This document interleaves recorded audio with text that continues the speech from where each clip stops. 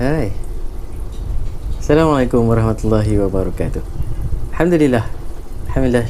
Syukur kita kepada Allah Subhanahu wa taala atas segala limpahan rahmat kita dapat kembali bertemu pada pertemuan kali ini. Alhamdulillah. Alhamdulillahirabbil alamin. Wa bihi nasta'in ala umuri dunya waddin. Wassalatu wassalamu ala asyrafil anbiya'il mursalin wa ala alihi wa sahbihi ajma'in.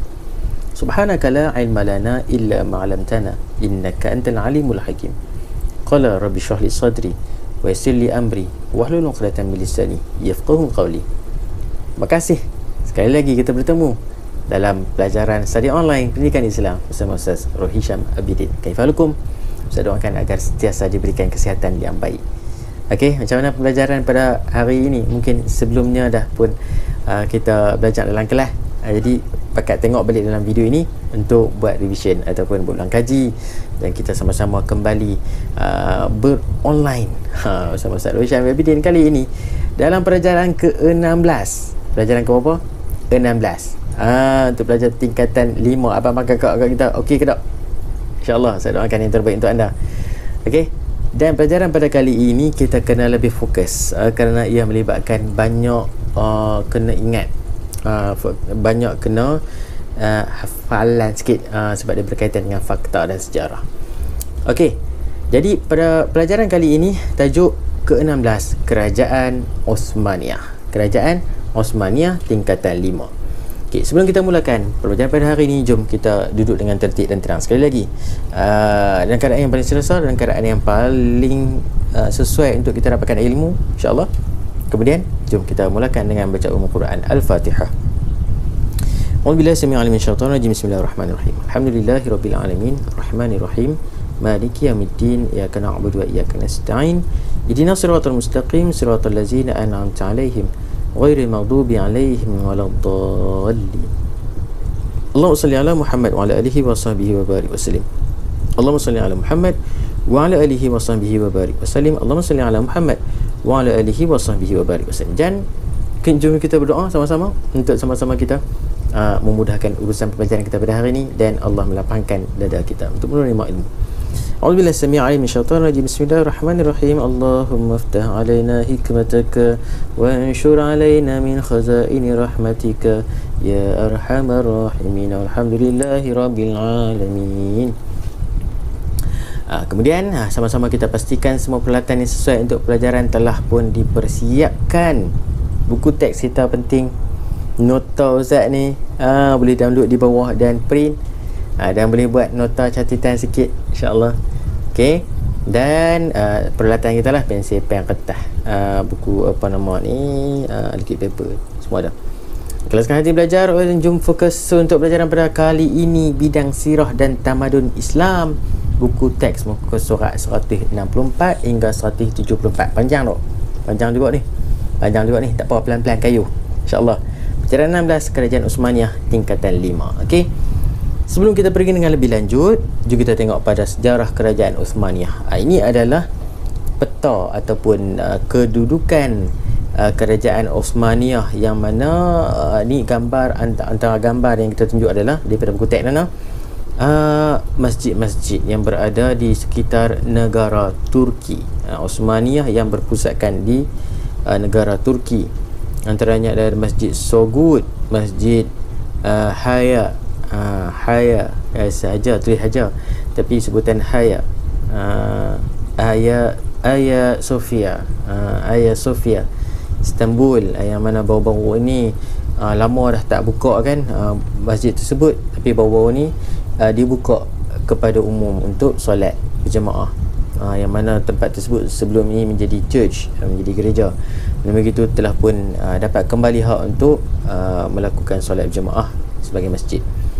Kemudian masjid apa lagi? Apa tu? Edime. Edime. Kemudian ada Masjid Ulu Jami' di Burusah. Jadi banyak kalau Turki ni kita jangan dengar lah kan nama-nama dia. Begitu kita akan pergi dengan pelan-pelan, insya-Allah. Okey. Sejarah Kerajaan Osmaniyah. Jadi Ustaz buka siap-siap tu ada berapa tu kerajaan, kesejarah dia ada berapa? 6. Kita kena ingat 6 insya-Allah lah, insya-Allah. Okey, yang pertama kita buka. asal nama kerajaan. Bagaimana dapat kerajaan Utsmaniyah ini namanya? bersempena nama Osman bin Ertugrul. Osman bin Ertugrul. Siapa ni? Siapa kawan ni? Siapa kawan ni pula? Nama ni siapa ni? Ya, itulah pengasas kerajaan Osmania. Nama Osman ni diambil sempena nama pengasasnya, iaitu Osman bin Ertugrul, seorang yang berbangsa Turki lah, nama Turki ni. Kemudian tempoh pemerintahan kerajaan Osmania lama, begitu lama, lebih kurang berapa tahun dulu, 500 tahun kan, dari tahun 1299 hingga 1924 Masihi. Allah Akbar, begitu lama pemerintahan kerajaan Osmania. Kawasan pemerintahan meliputi sebahagian besar benua Asia, benua Eropah dan Afrika. Yang keempat, bilangan pemerintah ada berapa orang? 37 orang. Nampak ada terbalik siapa? 37 orang. Bilangan pemerintah raja lah, sultannya 37 orang. Kemudian pemerintah yang terkenal, ini antara pemerintah yang terkenal lah, iaitu tak lain tak bukan Sultan Osman bin Ertugrul. Kemudian Sultan Murad I, Sultan Muhammad Al-Fatih, ini biasa kita dengar ni, Sultan Sulaiman Al-Qanuni. Okey, ini antara pemerintah terkenal. Pemerintah pertama Sultan Osman bin Ertugrul, yakni pengasas kepada kerajaan Osmania. Pemerintah terakhir Sultan Abdul Majid II. Ini pemerintah terakhir. Dan yang terakhir, pusat pemerintahan kerajaan Osmania ada empat. Yang pertama di Sogod. Tadi kita tengok masjid tadi ni, bermula dari tahun 1269 hingga 1355 Masihi. Di Bursah 1335, 1363, Edime 1363, 1453, dan di Istanbul 1453, 1924. Okey, ini pusat pemerintahan bagi kerajaan Osmania. Spektrum ilmu, Abdullah bin Bishr Al-Qusami daripada ayahandanya meriwayatkan bahawa Rasulullah SAW bersabda, seperti mana yang baca la tuftahannal Qustantiniyatu fala ni'mal amiruha wala ni'mal jaishu zalikal jaishu, rawahu Ahmad. Sesungguhnya Konstantinia, iaitu Konstantinopel, itu pasti akan dibuka. Sebaik-baik ketua ialah ketuanya, dan sebaik-baik tentera ialah tenteranya. Okey, terdapat beberapa buah kerajaan Islam yang lain selepas kerajaan Abbasiyah, antaranya termasuklah kerajaan Fatimiyah 1909 1171, kerajaan Abubiyah, kemudian kerajaan Mamlukiyah. Ini antara kerajaan-kerajaan yang terdapat selepas kerajaan Abbasiyah. Selepas kerajaan Abbasiyah, ini antara kerajaan yang ada, tetapi tidaklah begitu luas kawasan pemerintahannya, tidaklah begitu masyhur, Jadi kita nak cerita pada hari ini itu tentang kerajaan Osmaniyah. Jadi kita masuk untuk yang kedua, ketokohan sultan yang terkenal pada zaman kerajaan Osmaniyah. Yang pertama, gambar siapa ni? Agak siapa boleh teka? Tak lain tak bukan sultan yang pertama, pemerintah yang pertama, itu Osman bin Ertugrul. Osman bin Ertugrul lahir pada 656 Hijri bersamaan 1258 Masihi, dan mangkat pada 726 Hijrah bersamaan 1326 Masihi. Tengoklah, ni tarikh penting ni. Kemudian tempoh pemerintahan berapa tahun Osman bin Ertugrul, sultan pertama ni? 27 tahun. 27 tahun jawatan pemerintah pertama kerajaan Osmaniyah, dan sumbangannya menyatukan wilayah Anatolia Selatan selepas ditinggalkan oleh Byzantine. Byzantine jatuh, yang ada di situ Anatolia Selatan. Jadi Sultan Osman bin Ertugrul ni menyatukan wilayah tersebut. Kemudian mengisytiharkan kemerdekaan Anatolia daripada kerajaan Saljuk. Kerajaan Saljuk ni waktu tu menakluk Anatolia. Jadi Osman bin Ertugrul ni mengisytiharkan merdeka Anatolia itu daripada kerajaan Saljuk dan mengasaskan kerajaan Osmaniyah. Okey. Yang kedua, Murad I bin Orhan. Murad I bin Orhan. Okey, ini sultan ataupun sultanah pemerintah yang kita nak kenal ni. lahir pada 726 Hijri bersamaan 1325 Masihi, mangkat pada 791 Hijrah bersamaan 1388 Masihi. Tempoh pemerintahan tadi berapa tahun tadi? Sultan Osman tadi berapa tahun? 27 tahun. Sultan Murad I 30 tahun. Sultan Murad I 30 tahun. Jawatan pemerintah ketiga. Sultan Osman yang pertama, ini yang ketiga. Murad I ketiga. Okey, sumbangan membentuk pasukan Janissary. Janissary, pasukan ni nama Janissary, memodernkan angkatan tentera laut, menjadikan Adrinah ataupun tempat tadi ni, Adime tadi ni sebagai ibu negara. Ibu negara nah. Jadi Murad I ni menjadikan Adime tadi ni sebagai ibu negara bagi kerajaan Osmaniyah. Ini gambar ini mungkin biasalah kita nampak kan, biasalah kita kenal. Yakni lah Sultan Muhammad Al-Fatih bin Murad II. Sultan Muhammad Al-Fatih bin Murad II lahir pada 833 Hijri bersamaan 1429 Masihi, mangkat pada 886 Hijri bersamaan 1481 Masihi. Tempoh pemerintahan Sultan Muhammad Al-Fatih berapa tahun? 31 tahun. Lama, 31 tahun. Merupakan pemerintah ke-7. Yang pertama Sultan Osman tadi berapa tahun tadi? 27 tahun. Kemudian 30 tahun. Ini 31 tahun tadi. Sultan Murad tadi ni 30 tahun. Ini 31 tahun. Pemerintah yang ke-7. Sumbangan membuka kota Konstantinia, yakni Konstantinopel, pada tahun 857 Hijri bersamaan 1453. Yang mana Sultan Muhammad Al-Fatih ni juga adalah seorang sultan yang muda, sultan yang hebat, sultan yang perkasa, yang mempunyai bilangan ketenteraan yang cukup hebat, yang berjaya menyatukan juga, sumbangannya menyatukan empayar di utara Balkan bagi mengelakkan serangan Hungary. Jadi Sultan Muhammad Al-Fatih adalah seorang panglima tentera yang cukup hebat, sultan yang cukup berwawasan.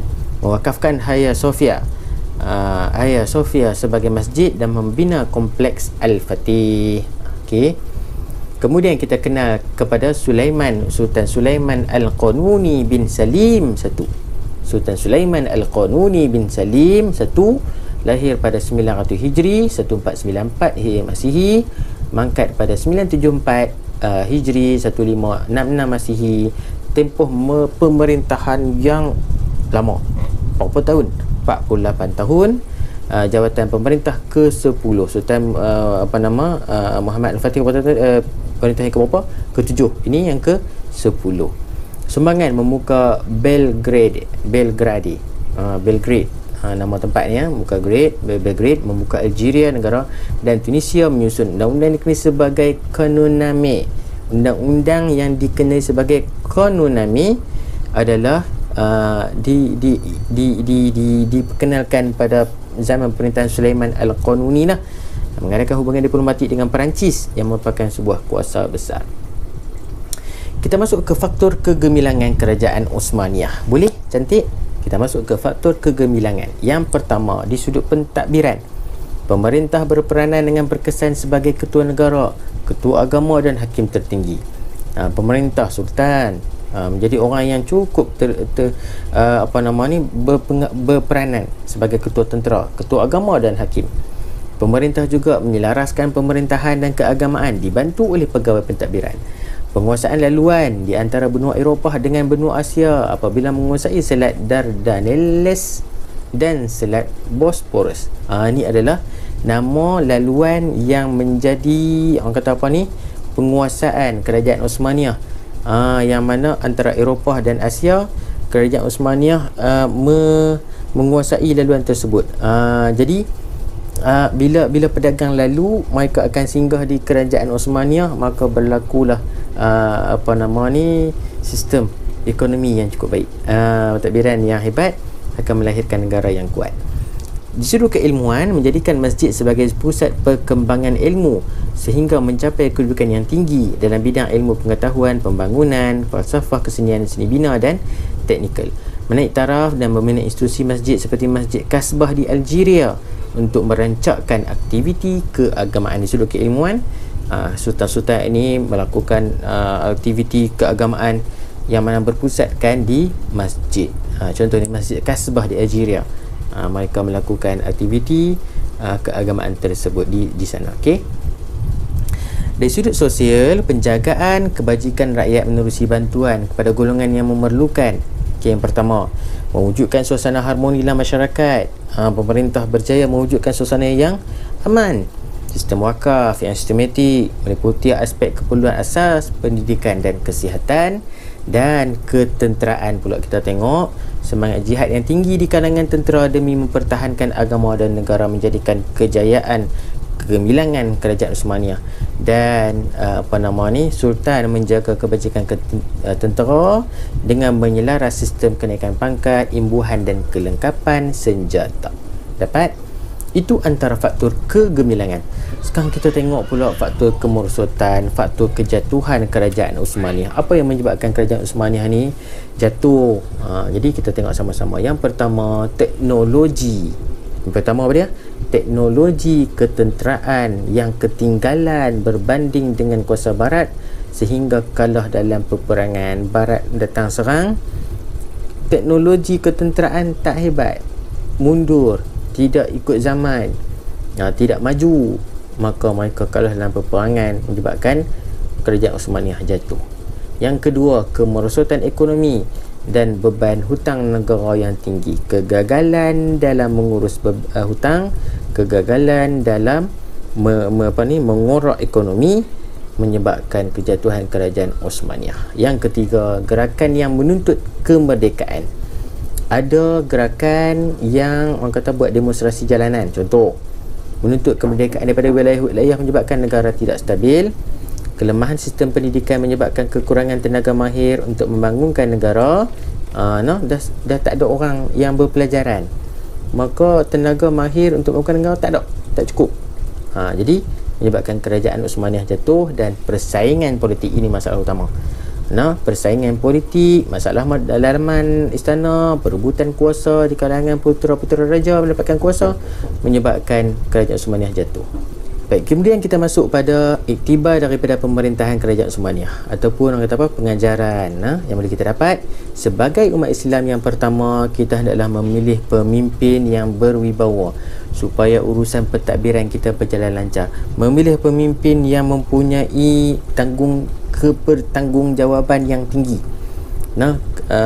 yang mempunyai sifat amanah, jujur dalam melakukan urusan ataupun melakukan amanah tanggungjawabnya, supaya pentadbiran dapat berjalan dengan lancar.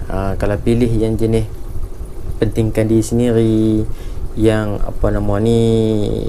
tidak jujur, maka akan rosak, binasa dan pincanglah pentadbiran negara tersebut.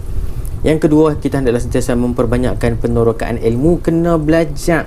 Sebab tu yang berada di hadapan Ustaz ni adalah bakal pemimpin. Jadi banyaklah mencari ilmu, banyaklah mengembara untuk mencari seberapa banyak pengalaman supaya kamulah para pelajarlah yang bakal menjadi pemimpin di satu masa nanti, agar mampu bersaing di peringkat antarabangsa. Okey, insya-Allah. Yang ketiga, kita dah sentiasa menghayati semangat cinta akan negara agar rela berkorban mempertahankannya daripada serangan musuh. Cintakan negara, cintakan keamanan, cintakan keharmonian. InsyaAllah bila datangnya musuh, kita rasa ikhlas dan semangat untuk mempertahankan negara kita, insyaAllah. Dan yang keempat, kita hendaklah sentiasa berpegang pada ajaran Islam supaya hidup diberkati Allah Subhanahu Wa Taala. Tak bukan, Islamlah pegangan kita. Setiap apa urusan kerja kita, Islam nombor satu. Dan yang kelima, hendaklah menolak campur tangan asing dalam untuk menjaga kedaulatan negara kita. Kalau ada yang anasir-anasir jahat dari luar, kita lah yang bertanggungjawab untuk mempertahankan negara kita. Baik, boleh, insya-Allah. Jazakumullah khair. Terima kasih dah. Sat je kan? Sat je kan? Doa sama macam baru lagi kita duk belajar kan? Habis dah. Wallahu ta'ala alam. Terima kasih. Pelajaran 16, Kerajaan Uthmaniyah, pelajaran tingkatan 5. Okey, Ustaz doakan semua okey lah. InsyaAllah. Kalau ada yang tak pernah faham, boleh tulis komen di bawah, ataupun boleh kata-kata semangat kepada Ustaz. InsyaAllah boleh like video Ustaz untuk semangat lagi kepada Ustaz. Subscribe kepada yang belum, dan kongsi-kongsikan kebaikan bersama. Okey, Jadi Ustaz sekali ini saja perkongsian kita pada kali ini. Kita jumpa lagi di lain masa, di lain ketika dalam perkongsian seterusnya dalam channel Roh Hisham Abidin. Semoga semua beroleh kebaikan dan manfaat, dan kita jumpa lagi di lain masa. Aku qauli hadza wa astaghfirullahalazim li wa lakum. Wallahu ta'ala alam. Assalamualaikum warahmatullahi wabarakatuh. Terima kasih.